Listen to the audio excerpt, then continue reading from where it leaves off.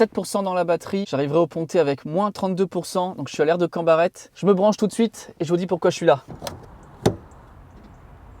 Je me rends aujourd'hui à un rassemblement de voitures électriques. C'est co-organisé par Laurent Sorel de l'entreprise Lumine. Donc déjà un grand merci à toi d'organiser cet événement. On charge, allez, une vingtaine de minutes et on reprend la route. Qu'est-ce que c'est que ce délire? Je charge plus qu'à 60.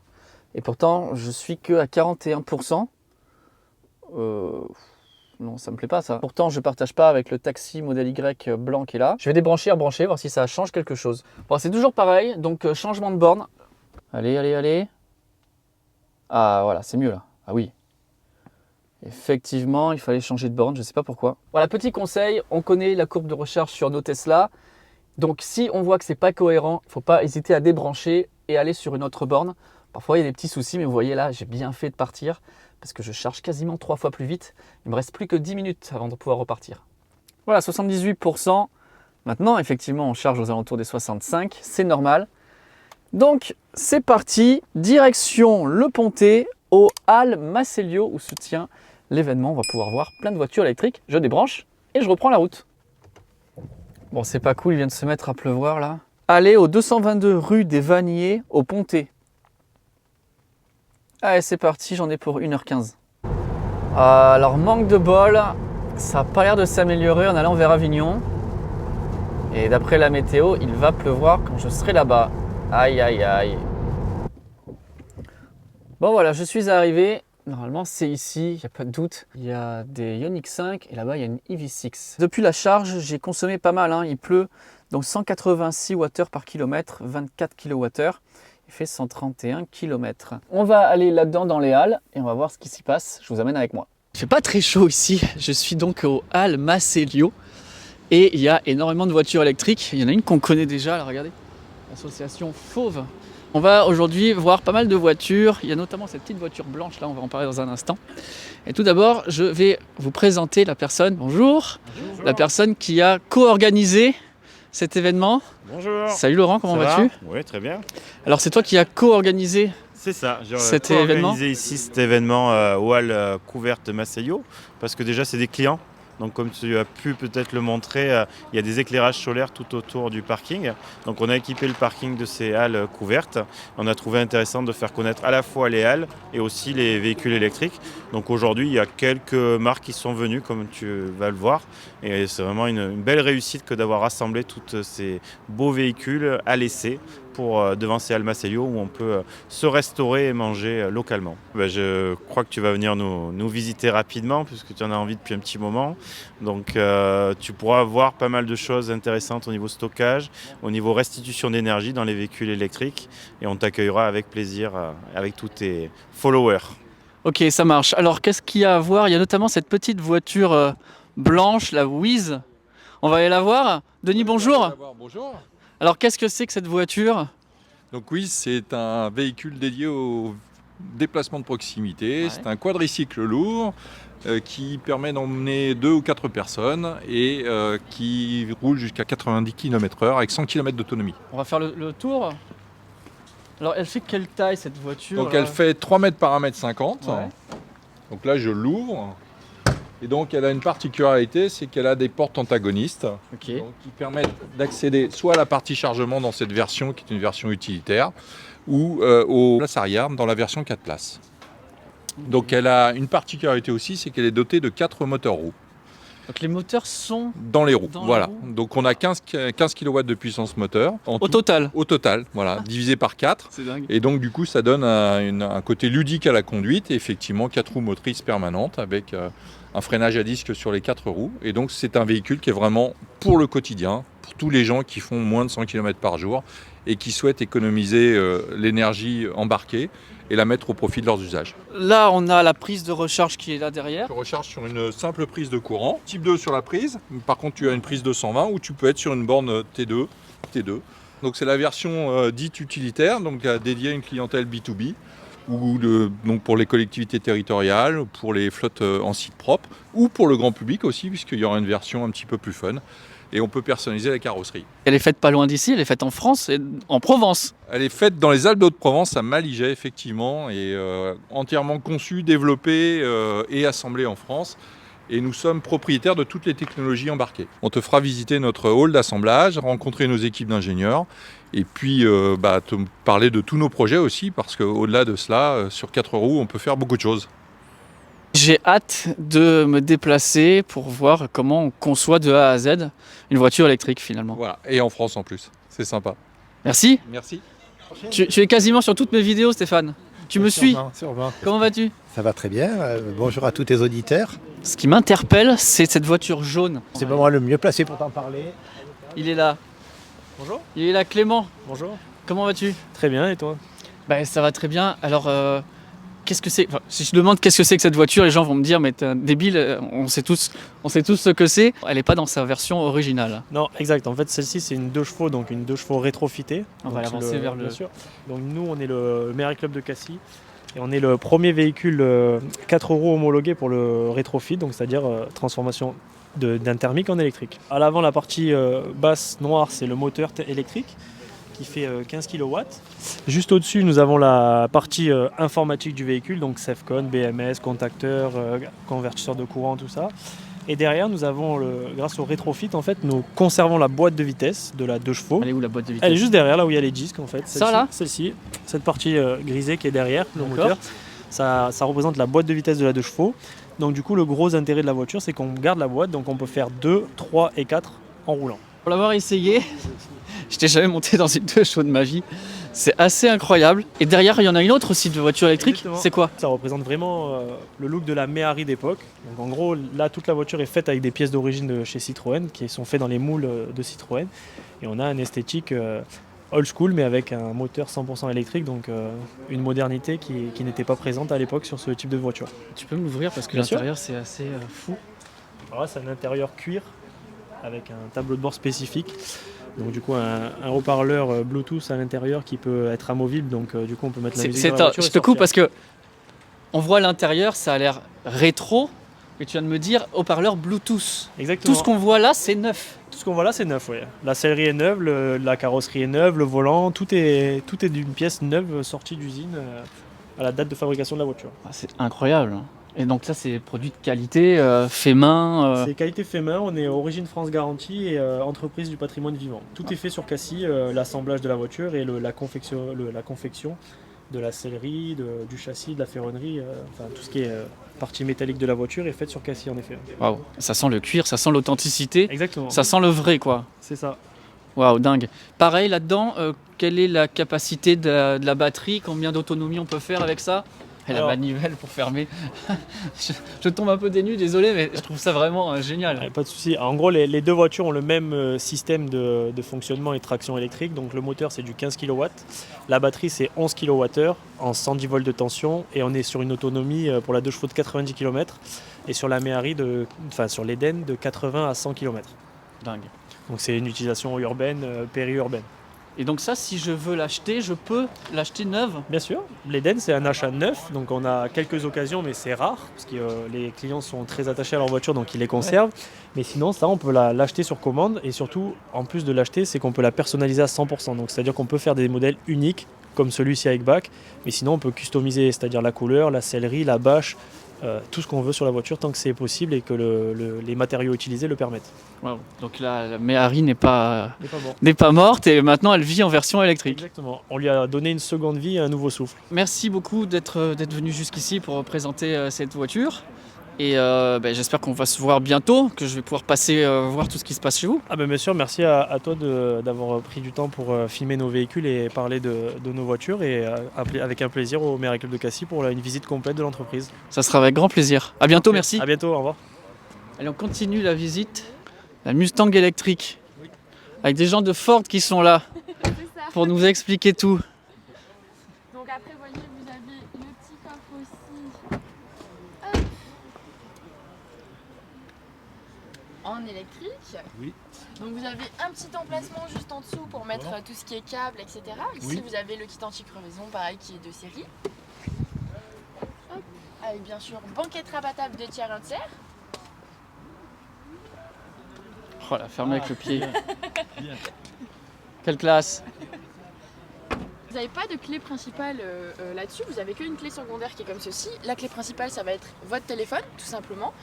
Et en fait, après, vous recevez un code de chez Ford qui vous permet du coup de déverrouiller le véhicule directement avec le code qui se trouve juste ici. Waouh.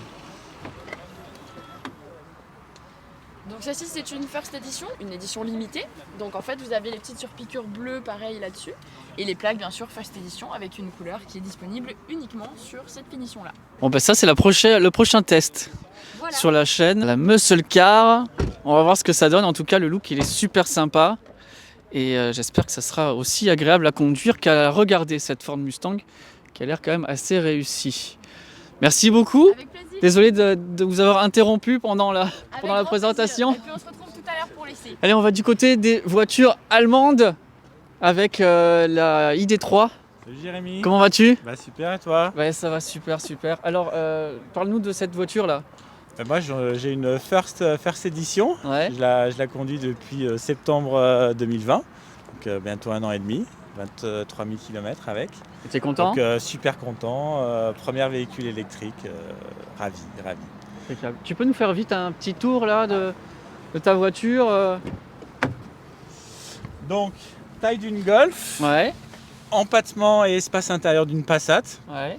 donc un espace intérieur immense et surtout tableau de bord très épuré, juste 2 petits cadrans. Ça c'est pour la vitesse, ça c'est pour tout l'infotainment et le GPS. Mise en marche avec la pédale et la D ou B ou R. Donc super simple. 204 chevaux, 310 Nm de couple immédiat, toit panoramique en verre immense et un confort, j'ai adoré quoi. Toi, tu es fan de ta voiture, visiblement, ça se voit dans tes yeux. Je crois que je l'aime d'amour, oui. Qu'est-ce qu'elle raconte cette Audi Q4? Alors écoute, cette Audi Q4, c'est la dernière arrivée de la gamme e-tron. Donc l'avantage là, c'est qu'on est sur un SUV qui est, on va dire, un bon compromis entre un Q3 et un Q5, sauf qu'il est 100% électrique. Il est dans une version aujourd'hui 2 roues motrices. Et en plus, il est fantastique, c'est le modèle de lancement. Donc il a à peu près tout ce qu'on peut trouver sur cette gamme-là. Donc on est sur un volume de coffre qui est quand même assez généreux pour une famille de 3-4 personnes, pas de problème. Il y a une trappe qui permet d'aller cacher tous les équipements qui permettent de se reconnecter. C'est motorisé forcément. J'ai vu sur le côté là, il y avait la trappe de charge. Ouais. Alors si la trappe de charge, ça veut dire qu'on peut charger à combien maximum la puissance de charge avec un CCS bien évidemment? Alors aujourd'hui, tu as cette première prise qui permet de faire du 22 kW et puis dès que tu vas ouvrir ce petit compartiment, on va jusqu'à 125 à l'heure actuelle, sachant que l'avenir ira jusqu'à 350 kW. Magnifique cuir et puis voilà, tout un niveau d'équipement qui est vraiment à l'image de Audi, qui est le segment premium du groupe, avec les 204 chevaux, batterie de 77 kW, tu recharges à peu près 200 km autoroutier en 20 minutes sur le réseau Unity. On fait vraiment un 350 km, 400 km autoroutier si tu respectes les limitations de vitesse. On a tous plus ou moins roulé quasiment une année avec ces véhicules, puisque celui-ci est sorti récemment, puisqu'on était au mois de juin, mais l'ID4 est sorti il y a bientôt 1 an et on a à peu près fait tous 10-15 000 km. Et c'est vraiment des véhicules fiables, très confortables et on n'a plus envie de revenir au thermique. Alors ces deux-là, on les a testés sur la chaîne. Ça va arriver très bientôt, normalement au mois de décembre. La Audi, pas encore, mais ça fait partie des voitures qui sont dans les cartons. Et dernier petit stop à ma voiture. Et d'ailleurs, il y a un kakémono avec Jean qui nous attend. Bonjour. Bonjour. Comment vas-tu? Bien, je te remercie. Très heureux de te voir pour, on va dire, la création d'une nouvelle association. Donc là, nous présentons l'association The Provençaux, ZE comme zéro émission, donc qui vient de se créer pour réunir les électromobiliens du Vaucluse, bien sûr, et puis des départements tout autour du Vaucluse, les Bouches-du-Rhône, le Gard, le Var, la Drôme, les Alpes de Haute-Provence, avec pour idée, bien sûr, de se retrouver, ça c'est toujours plaisir d'être ensemble, mais aussi et surtout de contribuer à la bonne information sur le véhicule électrique. Beaucoup d'idées fausses circulent dans le public. Nous pouvons participer à corriger ces idées fausses et à développer la bonne image du véhicule électrique, et puis également travailler avec les municipalités, avec les départements, etc. pour faciliter par exemple l'implantation des moyens de recharge. Voilà. Il faut bien se dire une chose, c'est que moi je suis conducteur de voiture électrique depuis un peu plus de 4 ans. À l'époque, je passais un peu pour un original. Ce que nous voyons aujourd'hui, c'est quand même qu'il y a eu une grosse évolution. Plus de 30 modèles différents sont présentés ici. Des petites, des grosses, rétrofit des 2 chevaux, que sais-je. Voilà, ça prouve une évolution énorme, quoi. On est maintenant dans le mainstream, on va dire. Le logo avec la boussole. Avec la boussole qui nous sur oriente l'électrique. vers l'électrique.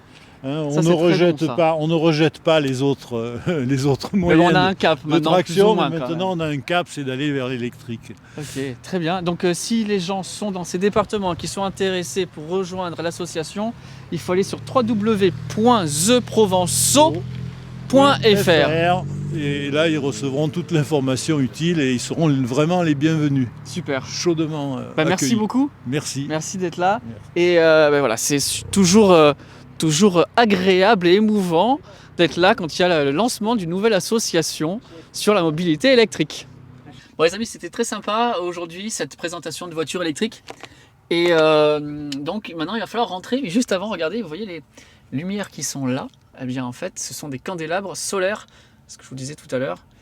Donc on stocke l'énergie solaire et on la restitue le soir pour pouvoir éclairer le parking. C'est une super idée.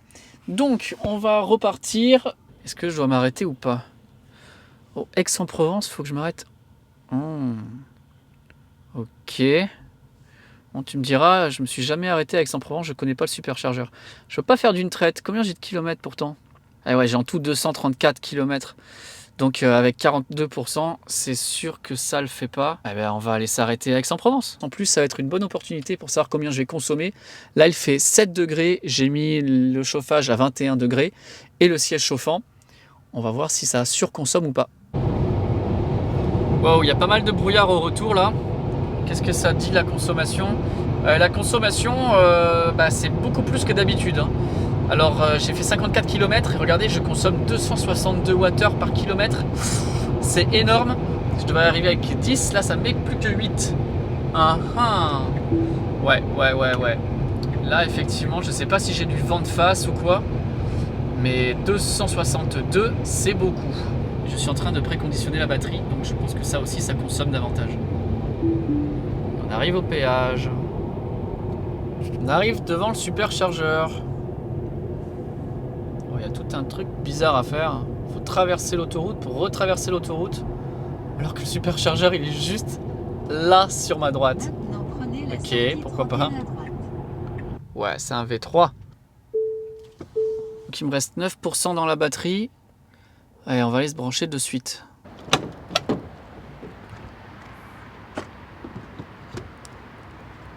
Alors, V3, vas-y. Là, je veux de la bonne puissance. Je dois pouvoir monter pas loin jusqu'à 250 là. Allez, vas-y. 245, ouais.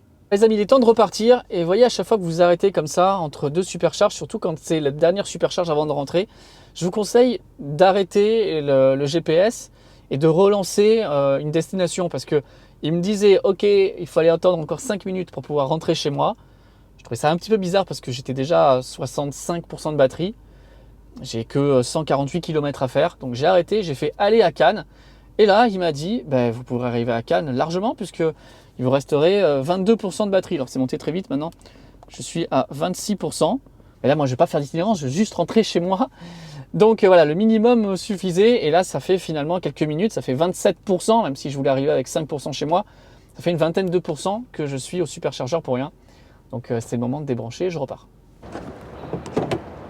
Alors une chose est sûre, c'est que lorsqu'on n'est pas dans la montée de la vallée du Rhône et qu'on n'a pas le vent en pleine face, on consomme nettement moins puisque là au retour je suis à 188 Wh. J'ai fait 144 km depuis que je me suis arrêté au superchargeur, donc c'est nettement mieux, même si je suis toujours avec le siège chauffant, que j'ai toujours le chauffage à 21 et que j'ai roulé à 130, limitation de vitesse autorisée. J'espère que cette vidéo vous aura intéressé. Si c'est le cas, merci de la liker, de la partager, de vous abonner à la chaîne si ce n'est pas déjà fait. Et puis comme vous avez pu le voir, on a 2-3 vidéos qui vont arriver, notamment pour aller voir ce rétrofit Acacie autour de la Méhari et de la 2 chevaux, c'est très intéressant. Ça va être aussi intéressant de visiter Aeon Motors pour voir la Wiz, voir leur chaîne de production. Donc voilà, il y a pas mal de choses qui vont arriver. C'est toujours intéressant du coup d'aller dans des rassemblements comme ça, parce qu'on fait des rencontres super intéressantes qui alimentent des sujets pour de prochaines vidéos.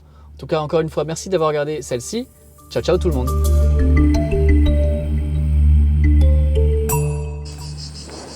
Ça sent bon la province, hein? Ça, on l'entend même.